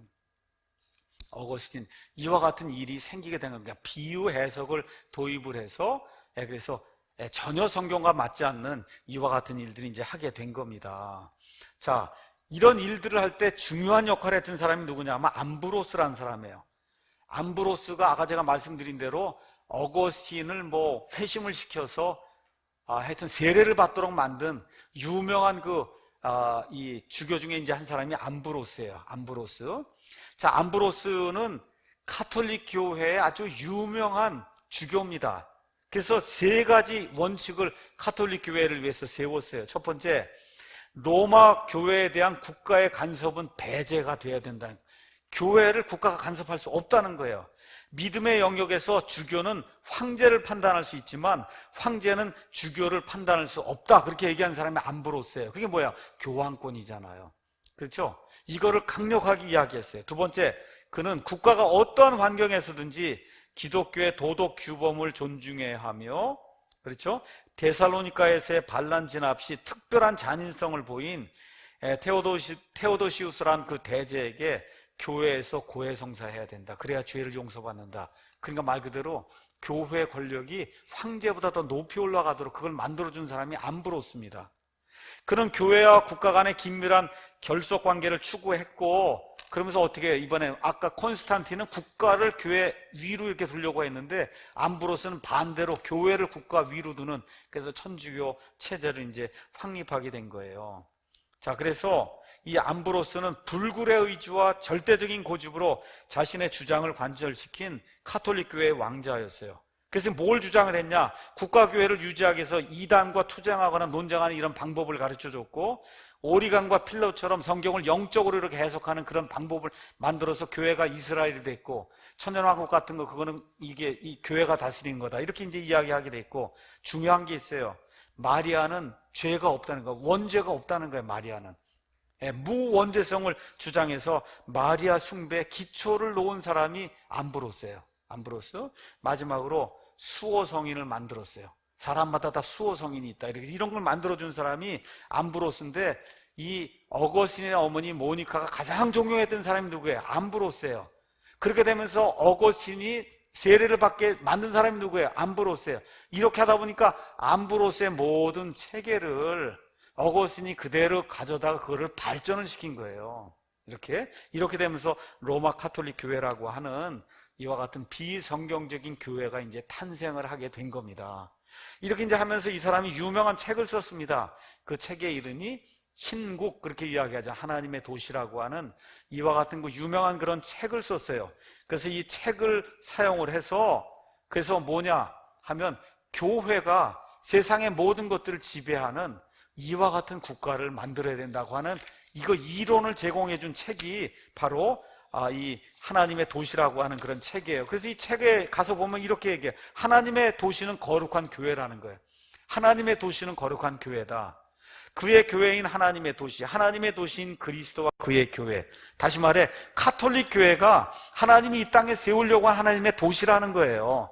이와 같은 그 개념을 이 하나님의 도시라고 하는 이런 책을, 신국이라고 하는 이런 책을 사용해서 이 사람이 이제 만들어줬던 거예요. 그렇게 되면서 그 이후로 여러분 아시는 것처럼 나중에 교황권이 계속해서 올라가는 가는 황제를 눌러버리는 그런 일 아시죠, 여러분? 이런 일들이 생기도록 그 모든 근거를 만들어준 책이 이 하나님의 도시라고 하는 이런 책입니다. 또 어거스틴 당시에 그 당시 아주 유명한 도나티스트라고 하는 그와 같은 무리가 있었어요. 도나티스트, 성결하게 살고 그 다음에 거룩한 삶을 살고 세상과 타협하지 않고 살아야 되겠다는 그런 믿음을 가지고 성경 말씀대로 가능한 한 살려고 하는 이런 사람들이 나타났어요. 이 사람들이 도나티스트예요. 근데 어거스틴이 보니까 이게 교회하고 대적이 되니까 어거스틴이 무력을 동원해서 이 믿음을 가지고 지키려고 하는 사람들 탄압하고 사람들을 많이 죽이는 그런 일을 시작을 하면서 교회의 믿음에 반대되는 사람들이 나타나면 이단으로 정죄하고 이 사람들을 죽여도 된다고 하는 이와 같은 선례를 처음 만들어준 사람이 어거스틴이에요. 그 이후부터 이단이라고 하는 그 명목을 가지고 수많은 믿음의 사람들이 죽임을 당하게 됐어요. 그러다 중세로 넘어와서 그게 뭐로 바뀌어요? 종교 재판소로 바뀌게 돼서 믿음을 가진 수많은 사람들이 이 종교 재판을 통해서 죽게 됩니다. 역사학자 돌링이라는 사람이 1845년에 집계한 자료를 보면 종교 재판에서 죽임당한 사람의 숫자가 5천만 명이 넘는다. 그래서 이건 이제 집계가 된 거고 우리가 이제 추측해서 미루어 보건데 1억 명이 넘는 사람들이 이 가톨릭 교회 종교 재판에 의해서 무고하게 죽임을 당했는데 이렇게 죽임을 당할 수 있도록 근거를 만들어준 이 첫 번째 사례가 어거스틴이란 그런 사람이다. 이걸 저와 여러분이 기억을 해야 됩니다. 자, 그래서 파라라고 하는 이분이 어거스틴에 대해서 이렇게 이야기했어요. 유명한 사람이에요. 파라라고 하는 사람이. 어거스틴은 처음으로 성경을 짜맞추어 이스라엘이 교회라는 해석을 이끌어낸 사람들 중 하나다.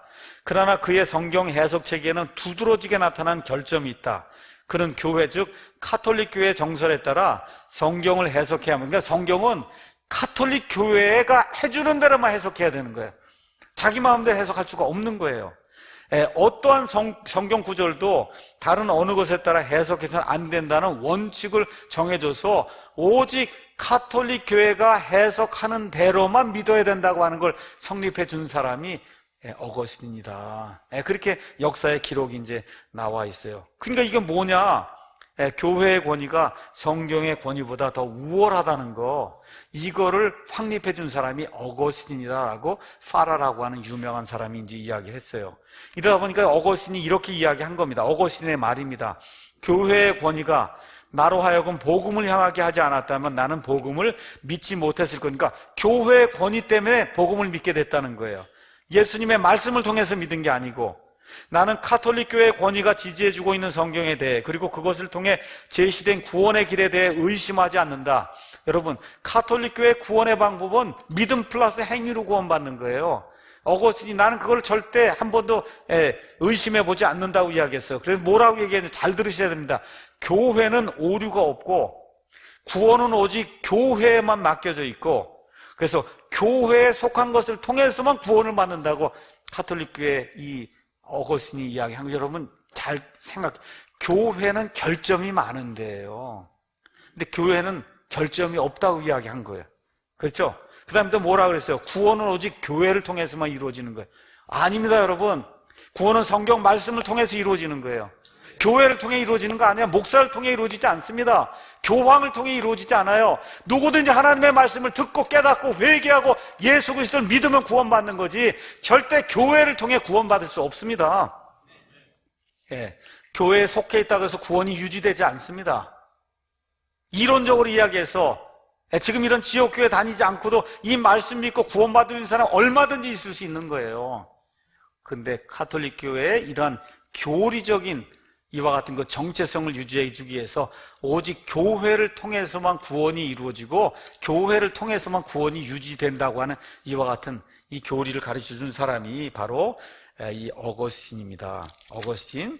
자, 그래서 이런 것들을 저와 여러분이 이제 기억을 하면서 끝부분 좀 제가 이제 말씀을 드리고 마치겠습니다.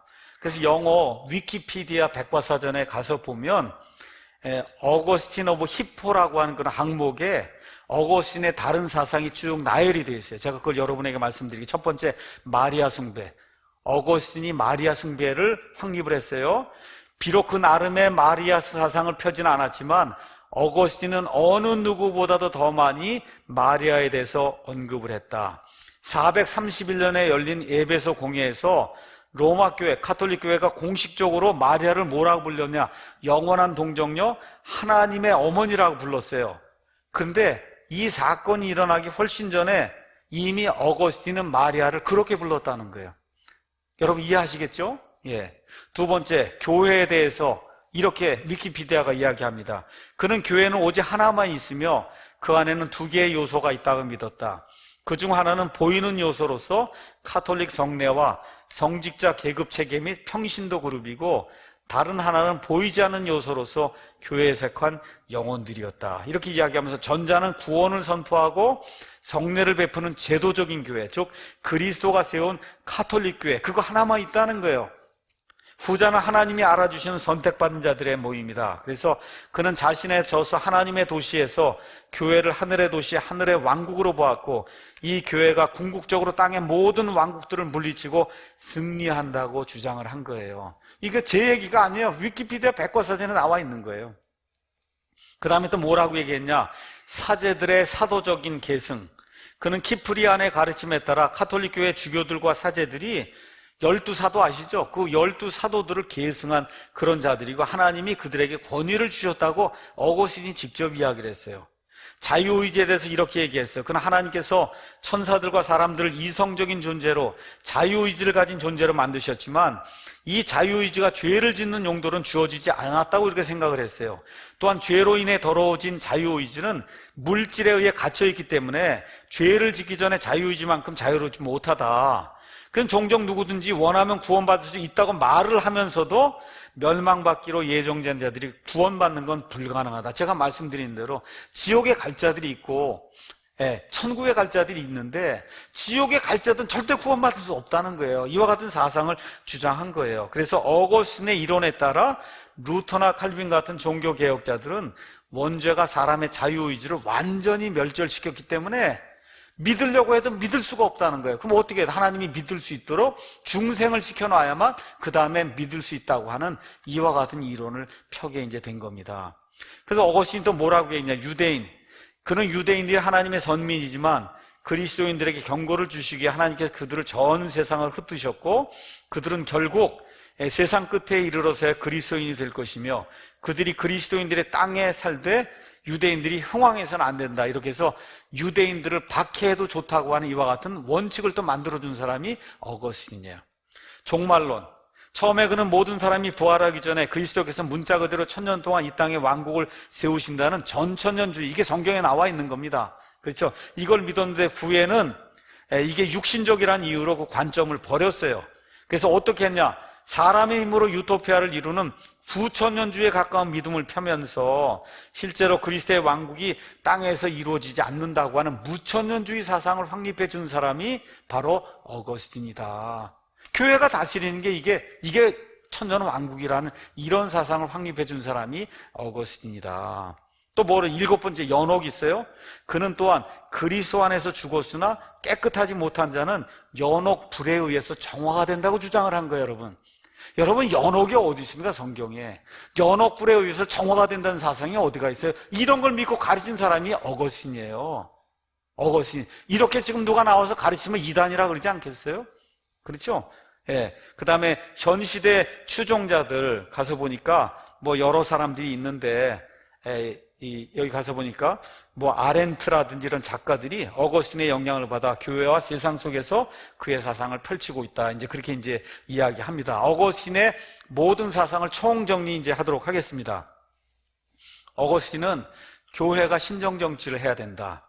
그래서 그리스도의 대리자 교황이 무력까지도 동원해서 신정정치를 구현하는 국가교회가 이 세상에 존재하는 하나님의 유일한 교회라고 주장했던 사람이 어거스틴이에요. 두 번째, 무천년주의. 그는 그리스도께서 실제로 이 땅에서 다스리는 왕국은 없다고 이야기하고 교황이 다스리는 이 교회 시대가 이게 이 하나님의 왕국이다, 그렇게 이야기했어요. 세 번째, 이스라엘 대체신학. 아브라함의 실제 자손인 유대인들에게는 전혀 미래가 없고 신약시대의 교회가 곧 구약의 왕국이기 때문에 구약 성경에 약속된 이스라엘의 모든 복은 신약시대의 교회가 받는다, 이거 주장한 사람이 어거스틴입니다. 인간의 자유의지 박탈, 아담의 범죄 이후로 인간의 자유의지는 완전히 박탈됐기 때문에 복음이 제시가 돼도 믿으려고 해도 믿을 수가 없는 사람이 됐다, 이거 주장한 사람이 어거스틴이에요. 그 다음에 세례중생. 사람은 유아 세례를 통해 다시 태어난다고 주장한 사람이 어거스틴입니다. 연옥. 그리스도 안에서 더러운 상태로 죽은 자들은 연옥불에 의해 정화된다고 주장한 사람이 어거스틴이에요. 마리아 숭배. 하나님의 어머니 마리아는 그리스도를 이 땅에 가져오는 은혜의 통로로서 죄 없이 수태되어 그리스도를 출생한 이후에도 평생 동정녀로 살았다고 주장한 사람이 어거스틴이에요. 마지막으로 성인들의 공적. 수호 성인들의 공적이 있으면 죄가 경감이 된다고 하는 이와 같은 그 보석의 원리, 천주교의 원리잖아요. 그래서 성인들에게 비는 거 아니에요. 마리아에게 빌고 하는 이런 것들의 원리를 또 세워놓은 사람이 어거스틴입니다. 그래서 이러한 어거스틴의 사상은 지난 1500년 동안 로마 가톨릭 교회가 공언하고 있는 그 믿음과 100% 똑같은 거예요. 왜 그래요? 로마 가톨릭 교회의 믿음이 어거스틴에게서 나왔기 때문에. 그래서 우린 역사의 종언을 통해서 어거스틴이라는 사람이 로마 가톨릭 교회의 모든 교리를 놓은 장본인이며, 그래서 로마 교회로부터 교회의 박사라는 그런 칭호를 받았어요. 교회의 박사, Doctor of the Church, 이런 그 교회의 박사라는 칭호를 받은 게 지극히 당연하다. 지극히 당연하다. 우리 그렇게 이제 이야기할 수가 있는 겁니다. 그래서 어거스틴이 확립한 로마 가톨릭 교회 중생, 다시 태어남은 성경이 말하는 다시 태어남과 아주 근본적으로 다른 거예요. 이 사람들은 위로부터 임해서 인간의 질을 본질적으로 새롭게 창조하는 중생이 뭔지 알지 못해요. 그래서 어거스틴의 고백록이 들려주듯이 가톨릭 교회에 귀의해서 그 시스템에 순응하고 복종하는 인간의 제도적 의식을 이 사람들은 중생이라고 이야기하는 거예요. 그래서 어거스틴의 고백록은 사악한 가톨릭주의의 그 제도에다가 고해성사라는 또 다른 굴레를 하나 더 씌워준 거다, 그렇게 이제 이야기하고 있는 거예요. 3세기경에 오리겐이 마리아 숭배사상, 이걸 암브로스에게 이제 가져왔는데, 이 마리아 숭배사상에다가 성물 숭배사상을 더한 이러한 사람, 심지어 죽은 자들에게 기도하는 이런 것까지 하면서 연옥설을 인정한 연옥설 인정의 대표적인 그런 주자가 누구예요? 어거스틴입니다. 어거스틴. 그래서 연옥설의 원조가 됐다. 그 누구예요? 어거스틴이에요. 죄인 중에 내가 우두머리라고 말했던 사도 바울의 서신이야말로 정말 사도 바울의 고백록이라고 이야기할 수 있어요. 사도 바울은 영원한 생명에 이르는 구체적인 글, 즉 예수님의 피를 통한 구원, 은혜를 통해 믿음으로 얻는 구원을 온 영혼으로 체험했고, 이 체험을 바탕으로 그리스도 안에서 기쁨을 가지라고 성도들에게 권면했어요. 그래서 사도 바울의 서신을 가서 보면 그리스도 예수 안에라고 한 말이 엄청나게 많이 나옵니다. 그리스도 예수 안에 구원이 있고 생명이 있는 거지 교회 안에 없는 거예요. 성인들 안에 없는 겁니다. 가톨릭 교회 안에 없는 거예요. 그리스도 예수 안에 있는 겁니다. 그래서 뭐냐, 교회가 아니라 그리스도, 이게 기독교입니다. 여러분, 교회가 아니고 그리스도, 이게 기독교예요. 기독교는 그리스도지 기독교는 절대 교회가 아닌 겁니다. 그런데 영생의 심판자 노릇을 해온 가톨릭 교회 안에 안주한 어거스틴의 이 고백록은 온통 가톨릭 교회 교리로 가득 차 있고, 또 예수 그리스도의 이름을 찾기가 얼마나 어려우니 그 안에 예수 그리스도라는 게 나오질 않습니다. 이 사실은 그가 복음을 모방한 거짓 종교에 빠진 채 침울하고도 우울한 종교적 위안의 굴레를 벗어나지 못하고 인간의 종교성 테두리 안에서 끊임없이 방황했던, 성경적으로 이야기하면 구원받지 못한 불쌍한 영혼이라는 그런 사실을 우리에게 이제 보여주고 있는 거예요. 그래서 독일의 유명한 이 성경학자 하르낙이라는 사람이 있습니다. 이 하르낙 교수가 이렇게 이야기했어요. 카이사르적이고 동시에 어거스틴적인 로마 가톨릭 교회 안에서 이게 무슨 얘기예요? 카이사르, 정치를 추구한다는 거예요. 그렇죠? 어거스틴, 이게 이 정치와 종교를 이렇게 짬뽕하려고 하는 이런 거, 이거 하는 게 로마 가톨릭 교회인데, 그 안에서 어거스틴이 하나님의 아들의 영광스러운 자유를 경험한다는 것은 극히 어려운 일이었다는 거예요. 여러분 이해하시겠습니까? 하나님의 아들이 주는 그 자유를 그러한 그 억압된 종교 시스템 안에서 어거스틴이 경험한다는 것은 극히 어려운 일이었다. 그래서 어거스틴의 은총론은 로마 교회 공회 중 가장 사탄적인 교회로 알려진 트렌트 공회가 결정하고 발표한 가톨릭 교회 의인론의 기초가 되는 거예요. 그 의인론의 기초, 의인론은 뭐예요? 한마디로 믿음 플러스 행위가 있어야 돼. 7 성사가 있어야 구원받을 수 있다는 겁니다. 근데 아이러니하게 마르틴 루터가 속해 있던 그 파가 어느 파예요? 어거스틴 파였어요.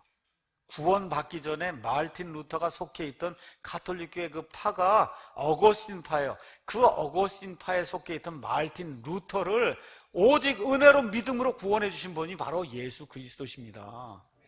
그래서 돌아가신 구영재 선교사님이 이렇게 얘기했어요. 오늘날 가톨릭 교회와 수도원에서 또 많은 이런 교회들 안에서 수많은 현대판 모니커와 어거스틴을 만나는 것은 그리 어려운 일이 아니다.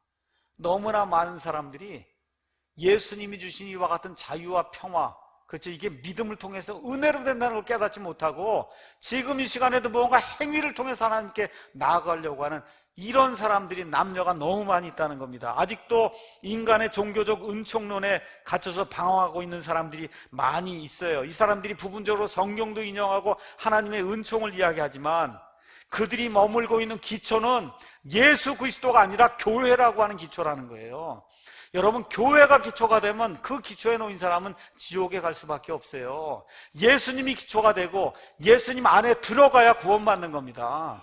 교회가 절대 구원 주지 못해요. 목사가 주지 못합니다. 천주교 주교나 천주교 교황이 주지 못해요. 7개 성사 아무리 해도 구원받지 못해요. 세례받아 구원받지 못합니다. 주의 만든 성만찬 100번, 1000번 참여해도 구원받지 못하는 거예요. 예수님을 개인적으로 개인의 구원자로 영접해야 구원받는 겁니다. 이와 같은 일이 어거스틴에게 일어나지 않았다는 것이 위키백과를 포함해서 세상의 많은 역사가들이 이 시간에 증언하고 있는 거예요. 그래서 이들은 자기들의 성목교회, 즉 거룩한 어머니 교회 안에 안주하는 것을 하나님의 은총으로 생각하고 있어요. 혹시 우리 여기 기독교인들 가운데도 내가 이렇게 큰 교회 다니고 있어, 우리 교회가 3,000억이에요 건물이, 뭐 이런 거 안에 안주하고 있는 그런 분이 계시면 회개하고 돌이켜야 돼요. 교회가 구원 못 줍니다. 3,000억짜리 건물이 구원 못 줘요. 50만 명 교인이 모인다고 해서 구원 못 줍니다. 구원은 오직 예수 그리스도 안에만 있는 겁니다, 여러분. 그들의 마음속에는 그리스도의 영이 자리 잡을 수가 없기에 그들은 하나님을 따르는 모양은 있으나 하나님의 성품의 모양은 부인하는 그런 사람들이라고 구영재 선교사님 우리에게 이제 이야기해 줬어요. 그러면서 뭐라고 했냐면 맨 끝에 비록 그들이 베드로의 무덤을 뒤적이면서, 베드로가 뭐 교황 효시가 된다, 베드로의 무덤을 뒤적이면서 무덤에서 일어나신 살아계신 생명의 주를 찾고 있으나 그들이 찾고 있는 그 길은 결코 영생에 이르지 못하는 멸망으로 인도하는 길이라고 하는 사실을 저와 여러분이 분명히 깨닫고, 어거스틴의 이와 같은 그 사상을 가지고 자꾸 어거스틴적인 무슨 은총론 이런 거 운운하는 그런 분들에게 이 사실을 알려줘야 되는 거예요. 그래서 오늘 제목이 어거스틴, 그는 성인인가 아니면 이단인가? 여러분이 판단은 여러분이 역사적인 이와 같은 그 증거들 한번 이렇게 가서 보시고, 이거 제 얘기한 게 아닙니다. 위키백과에 그냥 나와 있는 그런 이야기들을 여러분에게 정리해서 알려드린 거예요. 그래서 교회가 크다, 목사가 유명하다, 많은 사람들이 모인다, 이게 중요한 게 아닙니다. 이 내적인 변화가 생겨야 된다는 거. 성령님의 침례를 통해서 머리끝부터 발끝까지 성령님 안으로 푹 잠기는 성령 침례의 이 사역을 통해서 사람이 다시 태어나는 그런 일, 그 일이 어떻게 생기냐? 어떻게 생겨요? 예수 그리스도의 사람을 구원하는 복음을 이해하고 마음속으로 믿으며 예수님만이 나의 유일한 구원자십니다 하는 이 믿음의 고백을 하게 될 때 하나님께서 거저 주시는 이 선물이 구원의 선물이에요. 이거를 기억하시면서 종교와 복음의 차이를 이해하시고 믿지 않는 분들에게 올바른 것들을 가르쳐 주시는 저와 여러분이 되기를 예수님의 이름으로 축원합니다.